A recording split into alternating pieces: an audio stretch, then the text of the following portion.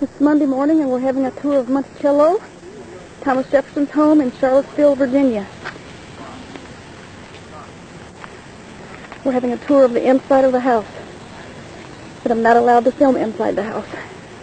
Being a guide through Monticello today, and how many of you have been here before? A few of you. Well, we have guests here from all over the Midwest, Ohio, Michigan, Illinois, right? Yeah. California. Who did I miss? Who are you from? Georgia. Good. Maryland. And where? Maryland. Maryland. Good. Well, this is the house that Thomas Jefferson designed and built over a 40-year period. This was the center of his life.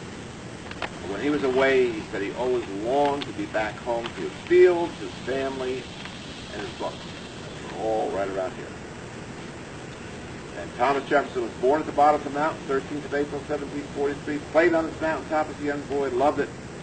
And as he studied to build his own house on top of the mountain, he read the books of Andrea Palladio, a 16th century Italian architect, and Palladio in the book said, in Italy at that time, when they built their villas, they often built them on the tops of little mountains called, guess what? Monticello. So that's the Monticello. This is his neoclassical villa in the style of Republican Roman architecture. First house in the United States to look like this. He said, my neighbors consider my house a curiosity. I suspect they feel the same as me. And he was a pretty unique man. He was a statesman, a lawyer, a farmer, an archaeologist, an anthropologist, a paleontologist, a naturalist. He was a botanist, and I could go on and on and on. He actually said everything interesting, even the smallest blade of grass. Tremendous natural curiosity. And you'll see that in his house.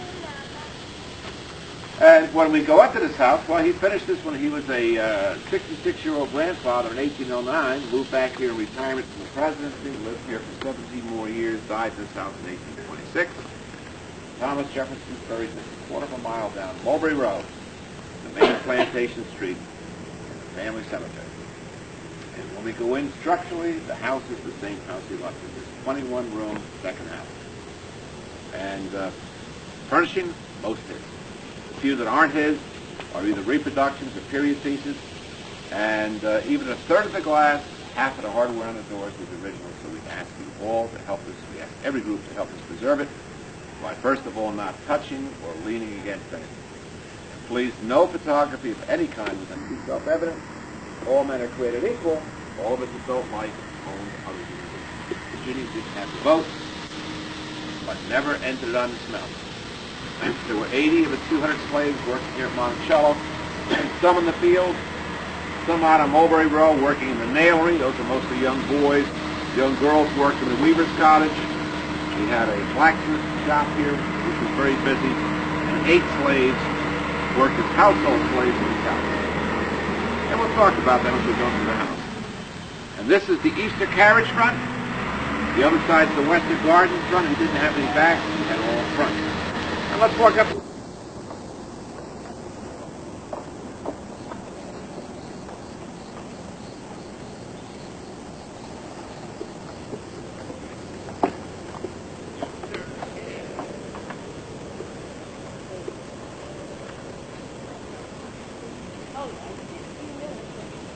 Well, ladies and gentlemen,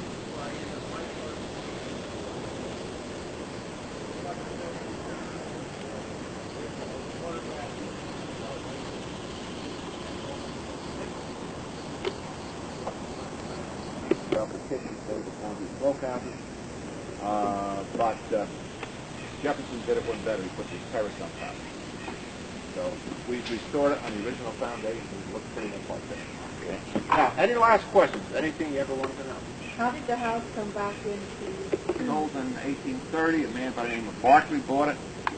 James Barclay. Couldn't stand it. He bought it for $45 in 1834. He's the first United States naval officer to do space. Meyer Jefferson came over and bought the house for all money. The Webby's owned in 1834 to 1923, far longer than Jefferson. And they used to live in New York during the year, come down here every summer. This is the summer home. They kept it up. Started bringing people. Yeah, I put it online. Didn't like it. Hated politics. Didn't like the presidency. Turned to Madison in the second term when he was having a bad day and he said, the presidency is a splendid misery with daily return. Right now, I won't touch that. Now, you're all finished. 2 ways down the bottom now. You're on the bus when you get off. Or if you're down by the cemetery, quarter-mile path, there's a cemetery right down there. That's all up to you. Whatever you do, enjoy it. Why don't you take it to the house? Take your home. Thank you so much. This is what they do with all high school. Isn't that cool up there? It's beautiful. If you go over there, you can look down the gardens and get a picture. There's gardens all along the side of the hill. Blocking everybody. Right here.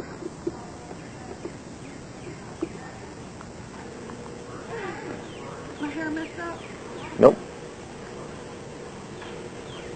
There's Mrs. Bobo on the steps at Monticello.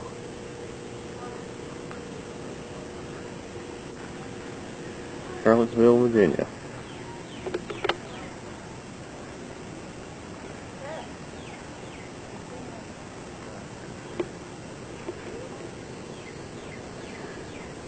Are you waving? Yeah, I'm done. You're not waving. Okay.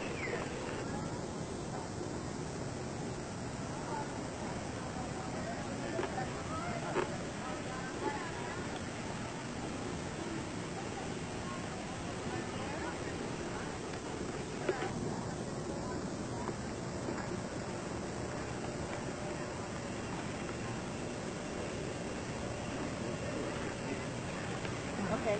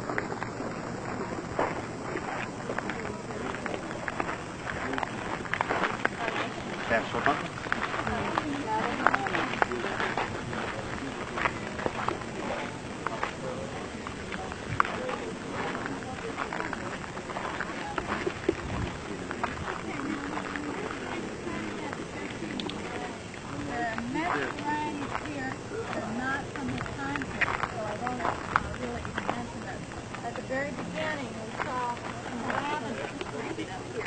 And Jefferson liked plants for aroma, so he planted the lavender up here and also in the vegetable garden at the other room. Also, this pretty little... A bit longer than the summertime. It's just not... what is that? That's princess feather. With the TJ and the top, that's the exact variety we had. So this is a really charming plant. Called Pentaphides, and this has a very unusual leaf with a serrated edge. And here we have a plant that we've only had for about 4 years. Very nice man from Texas was going through the list of plants that Jefferson talked about, realized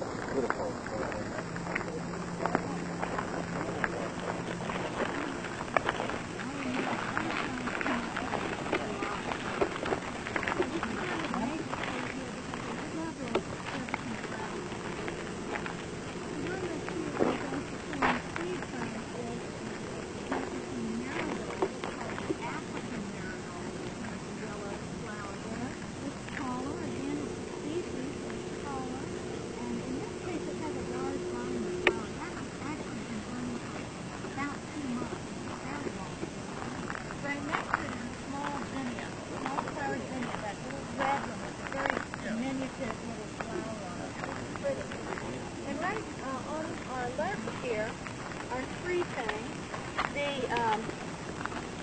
o'clock, which is on the very end here. And the 4 o'clock is interesting because Jefferson called it a very clever flower. It closes up. Really interesting little yellow, red, orange flower. No TJ on the snake. No, that's the poppy called the yellow horn poppy.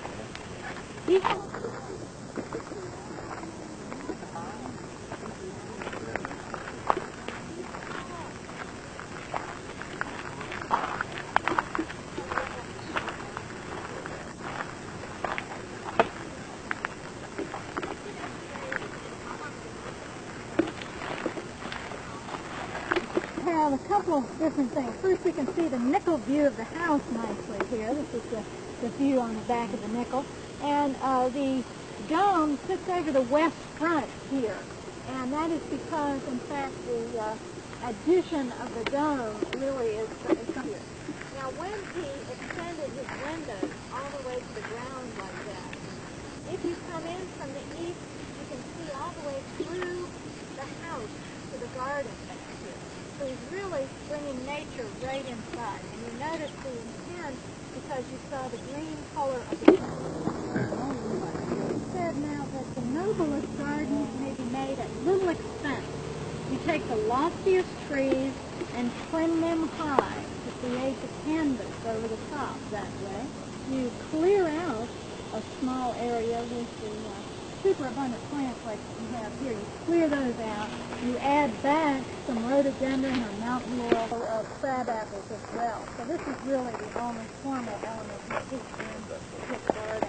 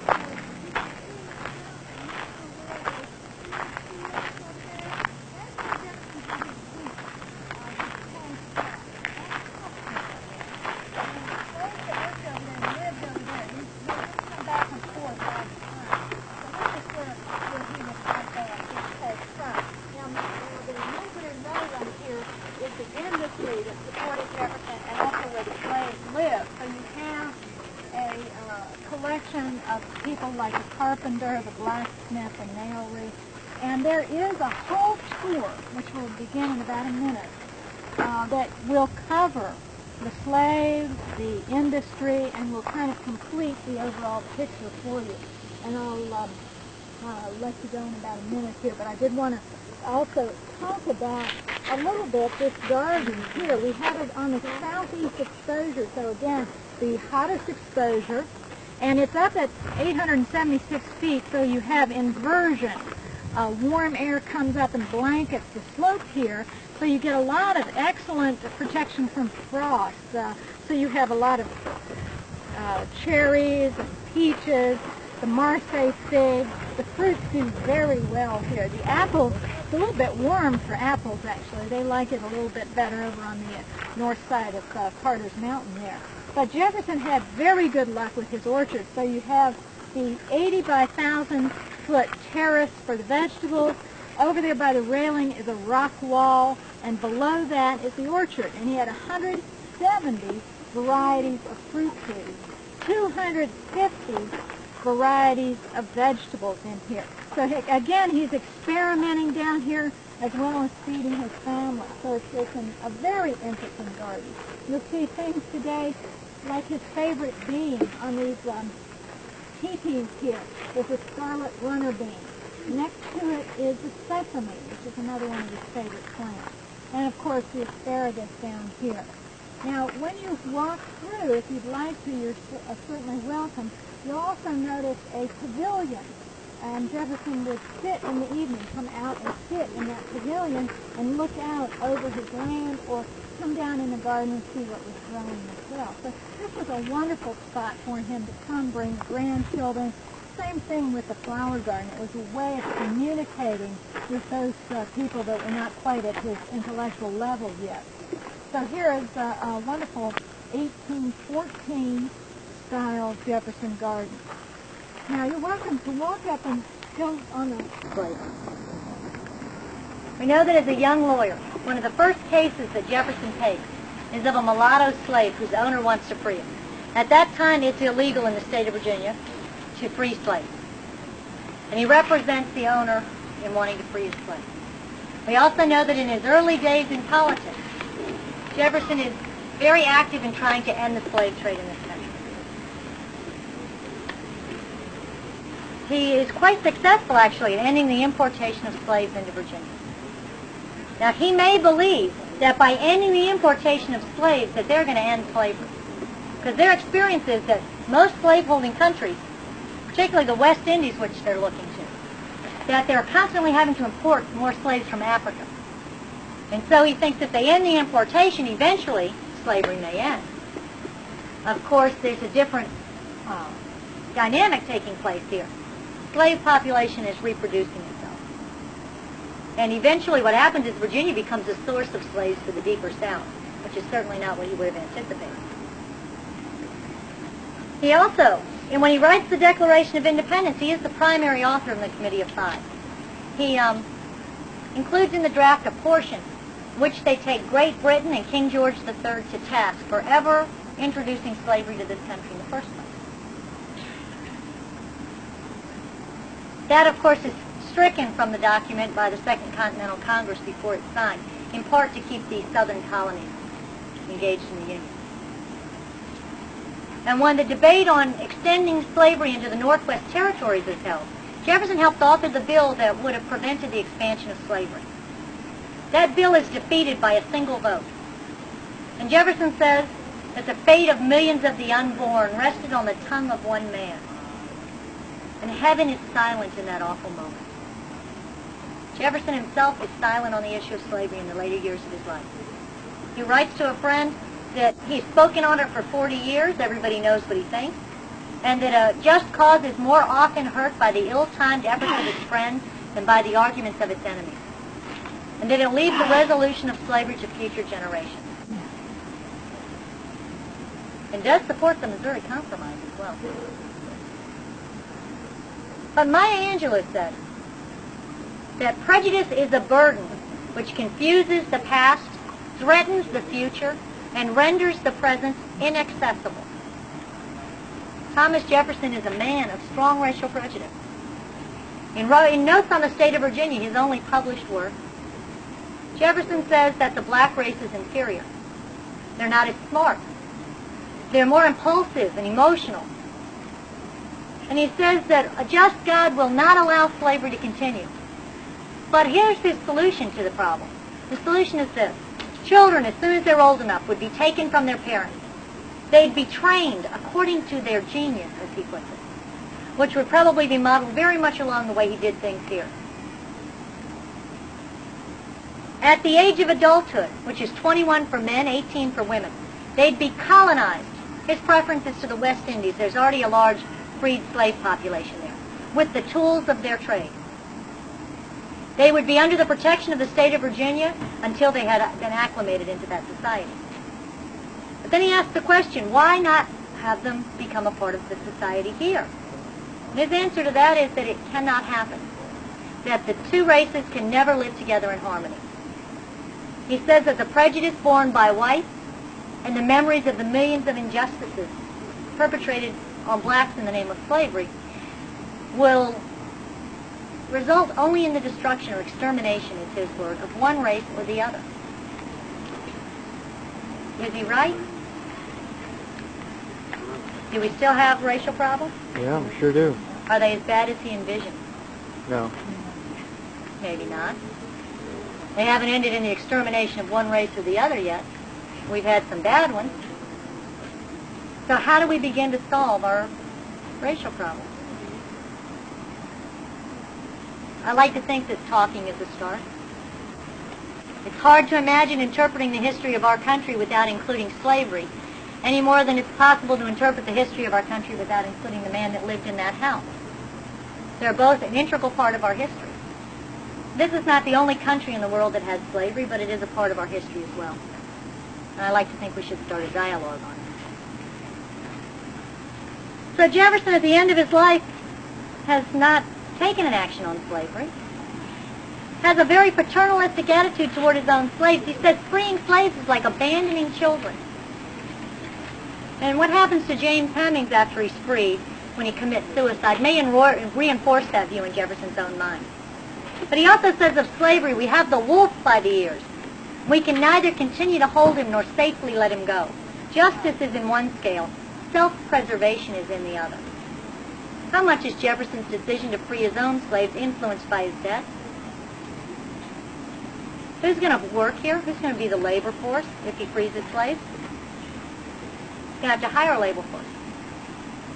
What's going to happen to his own family? And many of the slaves, as I told you earlier, are mortgaged at the end of his death because of that debt as well. So it does result that in 1827, the west lawn of this house holds an estate auction and the slaves are sold there. It has a great impact on the Fawcett family as well. I told you Jefferson frees 5 slaves, all members of the Hemings family. One of those slaves is Joe Fawcett. So Joe Fawcett is a free man after Jefferson's death. But his wife and children, still slaves. So Joe Fawcett stands on the west lawn at Monticello. That side of the house so famous on the back of the nickel. And he watches his family sold at auction. But in a triumph of the human spirit, with the help of the free black community in Charlottesville, he buys back his family. All but one son. That son's name is Peter. Peter Fawcett's owner won't sell him, even though he had agreed to it earlier. But he says he's too skilled. They have too close a relationship. Peter Fawcett remains enslaved another 20 years. During that time, he teaches other slaves to read and write. That's against the law then. Runs away many times. But a subsequent owner does free him after 20 years. He joins his family where they've settled in Ohio. Joins the family catering business. Works in the Underground Railroad. Becomes a Baptist minister. And Peter Fawcett founds the Black Baptist Church in Ohio.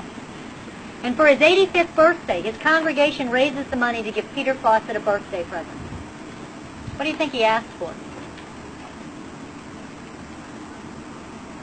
He asked to come back to Monticello for a visit. Why would Peter Fawcett want to come back to Monticello? It's home. This is the last place he lived with his family till he was sold at 11 years old. It may surprise you to learn that Peter Fawcett said that until he was sold at auction, he didn't know he was a slave. It's quite an awakening. So for his 85th birthday, the year is 1900, Peter Fawcett comes to Monticello. The newspapers call him the last surviving slave of Thomas Jefferson.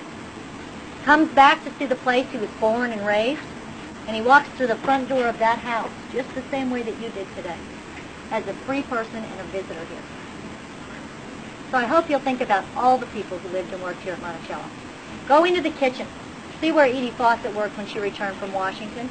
The original scales there that we believe were used to measure out the weekly food rations for the slaves here. Also the coffee grinder. Go in the cook's room.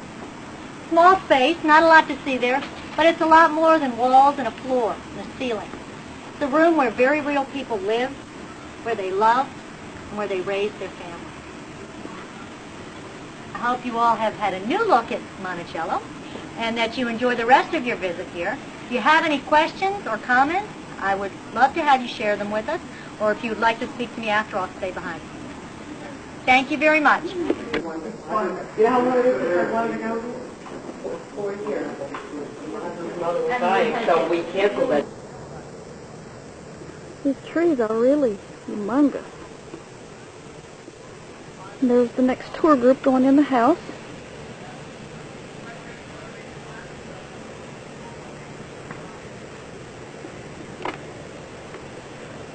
And this is where all of the slaves who cooked lived. The kitchen is down here.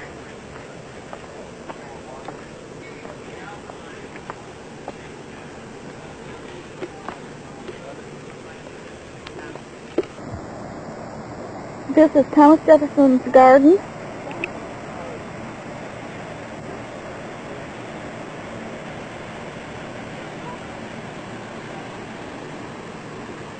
Go up those steps to another level, and the house is up there. And I don't know what this is, but it's in bloom. It's beautiful. Look at this, how beautiful. Right here? Yeah, what is that? Okra. Okra gets blooms like that? This is an okra plant. And look at that bloom. I didn't know okra got blooms. Beautiful.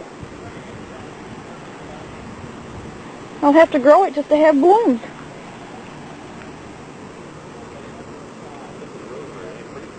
Oh, it's beautiful. This is rosemary. I'm going to plant some rosemary when I get home. That is beautiful. Chives. That's rosemary, chives.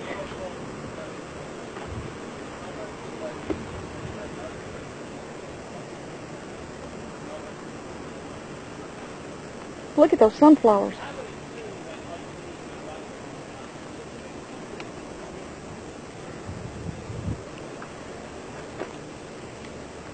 The orchard is down there. The vineyard. Carolina lima bean. There's the vineyard. The mountains in the distance. We're on top of the mountain overlooking a valley. There's the orchard.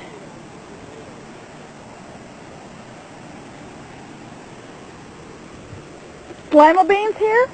Carolina lima bean. Carolina lima beans.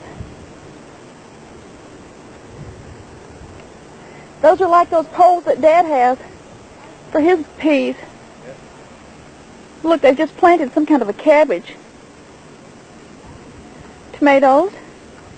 Look at their tomatoes. This is the most beautiful garden.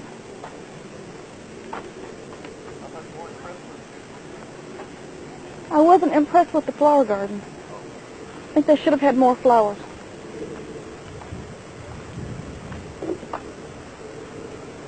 This was a little house, I guess, for him to come in here and sit.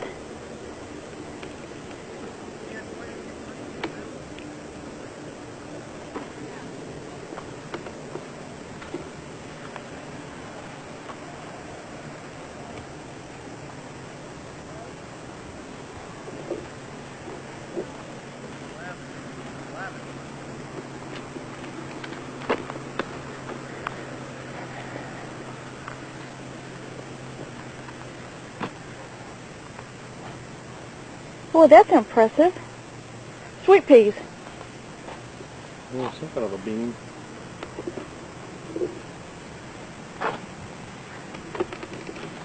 That's beautiful. It's called Carcala bean. Carcala bean. That's gorgeous.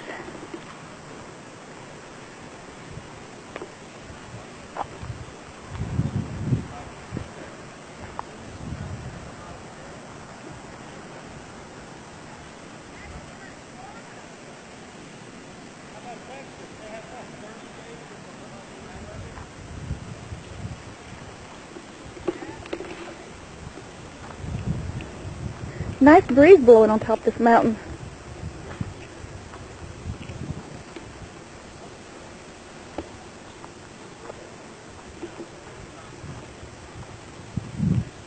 I don't know what that is.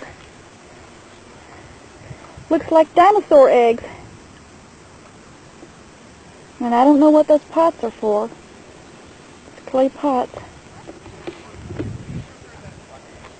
I have a really big vineyard. They make wine here.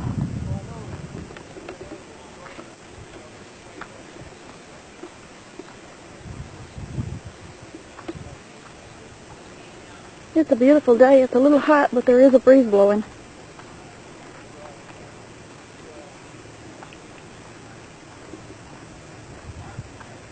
I love this garden.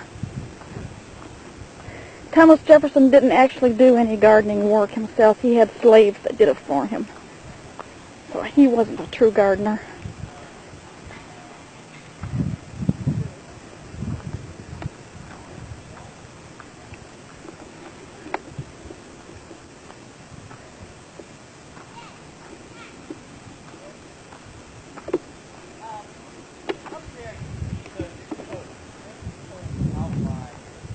More tomatoes.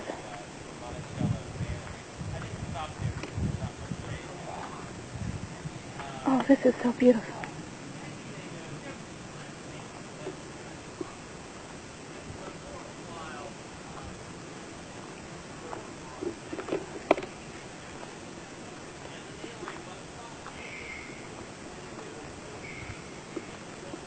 I have never seen anything like this.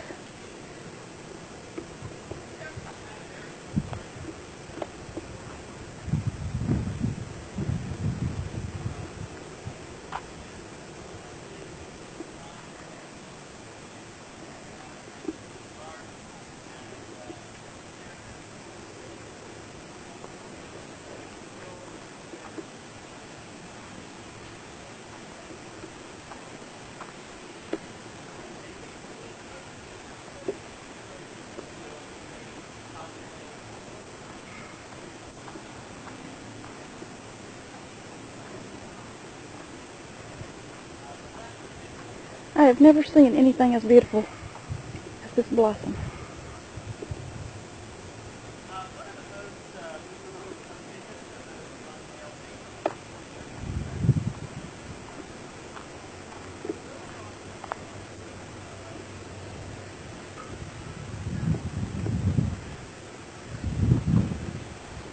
More orchard.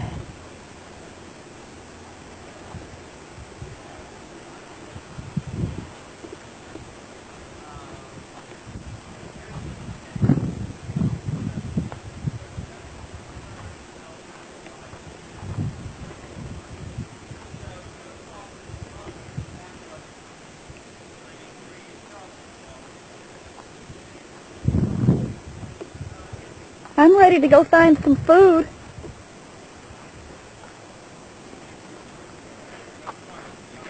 Yeah.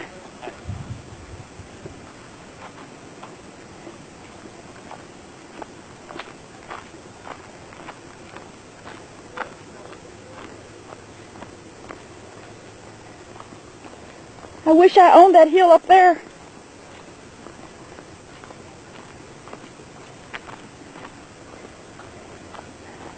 This was a 5,000-acre plantation.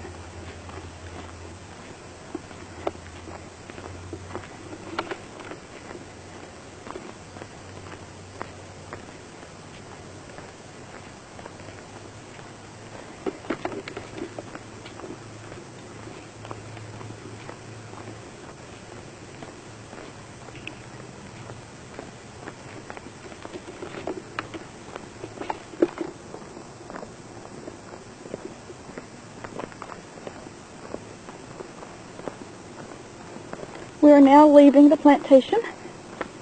We're going to catch a little bus to take us down to the gift shop, and I'm going to buy some flower seeds, and then we're going to eat lunch at Mitchie Tavern, which is where Thomas Jefferson used to eat.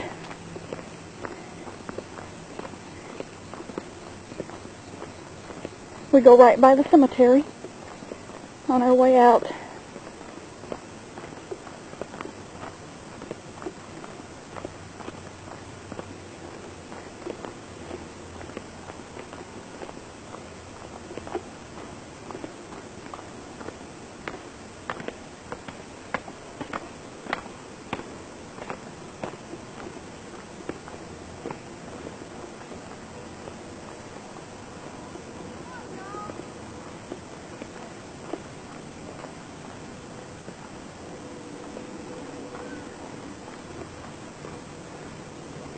This is the gate to the cemetery. Thomas Jefferson and his family is buried here.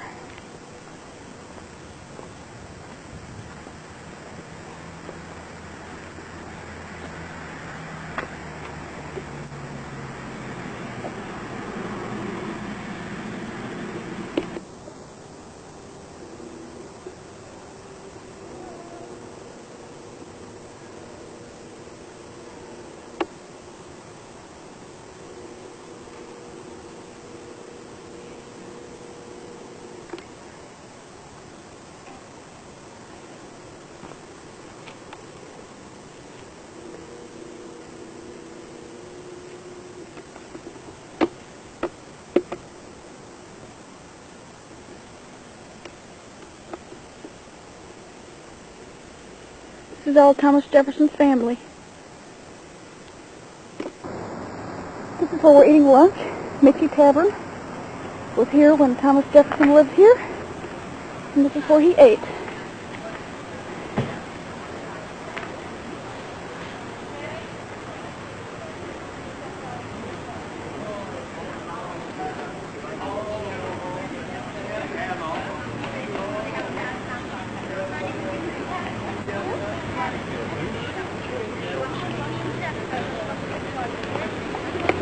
Tavern, and very old.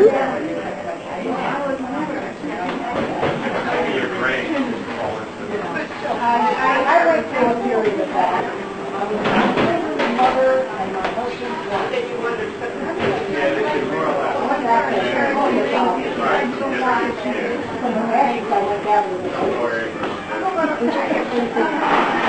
This is the food at Mickey's Tavern. We had fried chicken, potato salad, green beans, stewed tomatoes, pickled beets, cornbread, and root beer. Well, we finished our delicious lunch, and I am so full I can hardly walk. So now we're just about to leave Charlottesville, and we're headed for Richmond, Virginia.